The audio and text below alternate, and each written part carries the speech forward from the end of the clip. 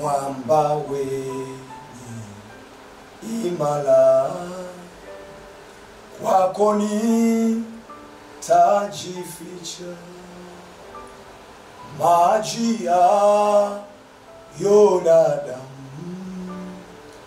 yaliyotoka unisafi na dhambi, unifanya mshindi. Nakusalimia mpendwa, mahali kokote ulipo. Ninayo furaha kubwa kusema na wewe mambo machache ambayo yatakwenda kukutia moyo katika safari yako ya kiroho. Nina ujumbe mzuri kutoka kitabu kile cha Luka sura ile ya 16 kifungu kile cha 19. Maandiko yanasema, akasema palikuwa na mtu mmoja tajiri aliyevaa nguo za rangi ya zambarau na kitani safi, na kula siku zote kwa anasa. Na maskini mmoja jina lake Lazaro huwekwa mlangoni pake, ana vidonda vingi, naye alikuwa akitamani kushibishwa kwa makombo yaliyoanguka katika meza ya yule tajiri. Hata mbwa wakaja kulamba vidonda vyake. Ikawa yule maskini alipokufa, akachukuliwa na malaika mpaka kifuani wa Ibrahim. Yule tajiri naye akafa, akazikwa. Basi kule kuzimu hajainua macho yake alipokuwa katika mateso, akamwona Ibrahim kwa mbali na Lazaro kifuani mwake.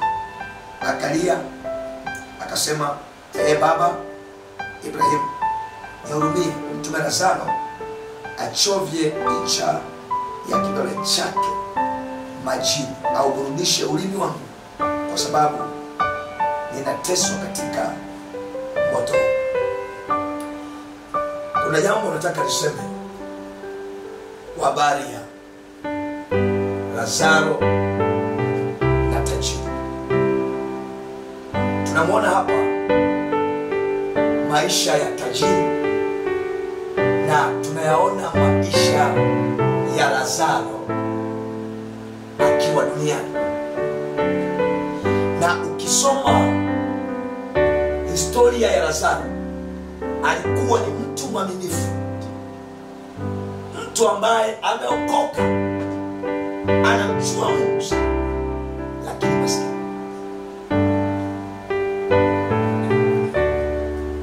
Oh my God. Ni mtu ambaye ni mwaminifu kabisa kwa Mungu, anampenda Mungu, ni mtu wa haki mbele za Mungu, lakini maskini. Unaona maandiko yanasema mara zote alikuwa akienda mlangoni pa tajiri akisubiria makombo yanayodondoka chini ya meza ya tajiri. Lakini tajiri huyu hakuwa anamjua Mungu, lakini tajiri. I want to share you something here. I want to go deeper so that everybody should understand. Nataka niende ndani zaidi. Kuna maswali kadhaa ambayo nataka tujiulize. Inawezekanaje aliyeokoka halafu ni maskini? Huyu Mungu aliyekuwa anamtumikia yuko wapi? Na inawezekanaje ambaye hajaokoka, hamjui Mungu, lakini amebarikiwa, ni tajiri? He has everything. kwa nini? Nataka nisaidie watu kiroho.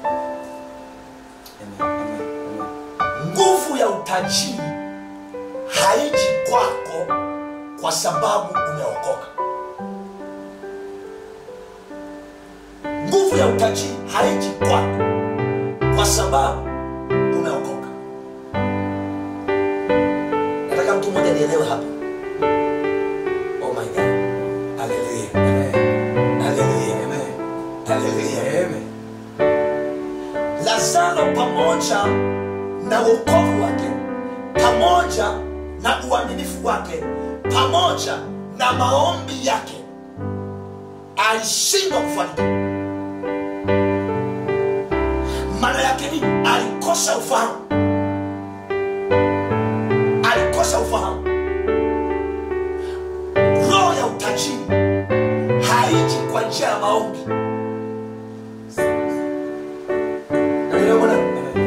Roho ya utajiri haiji kwa njia ya maombi peke yake. Lazima twende zaidi ya maombi.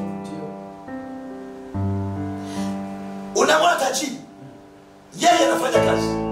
Lazaro anaisha kwenye maombi. Oh my God, sio ngani tunanielewa? Amen, amen, amen. Tunanielewa sio ngani? Amen, amen. Lazaro amechukua hatua moja tu ya maombi. Yeye ni kuomba tu. Halafu anaishia hapa kwenye maombi. Hachukui hatua nyingine, kwamba baada ya maombi kuna hatua nyingine ambayo wewe uliyeomba unatakiwa uende. Maana yake anatakiwa aende akafanye kazi, kwamba kile ambacho amekuwa anaomba kimletee majibu, lakini majibu yale hayatoki kwenye maombi, yanatoka kwenye kazi. Amen, amen, amen. Wanangu wanaelewa vizuri? Amen, amen.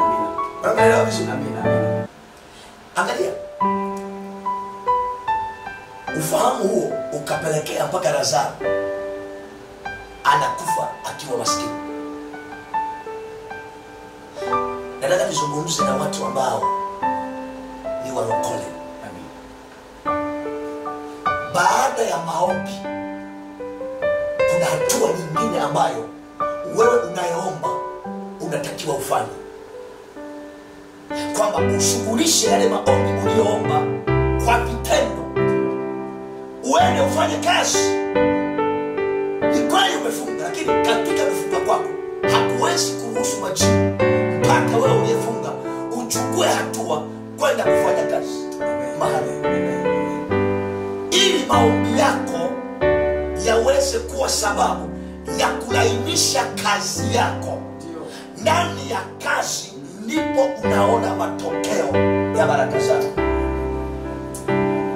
Oh my God. Hallelujah. Amen. Hallelujah. Amen. Hallelujah. Amen.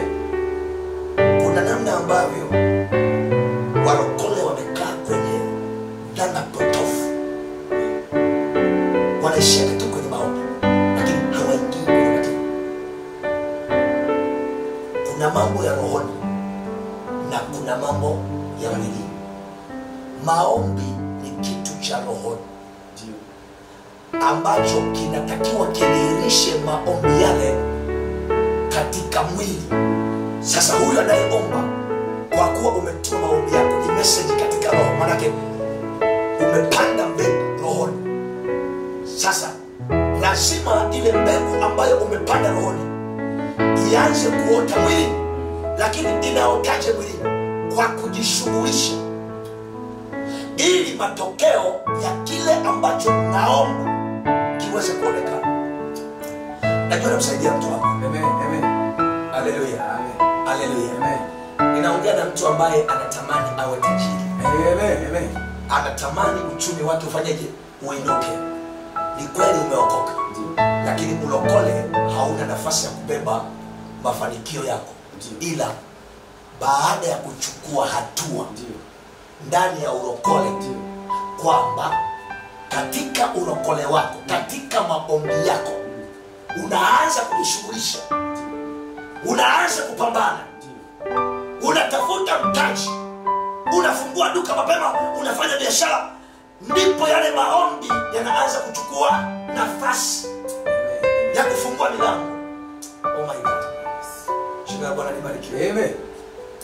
Jina la Bwana libariki. Amen. Lazaro anaondoka na uaminifu wake kwa Mungu. Lakini nini? Pamoja na kwenda mbinguni, lakini alifika mbinguni amechoka.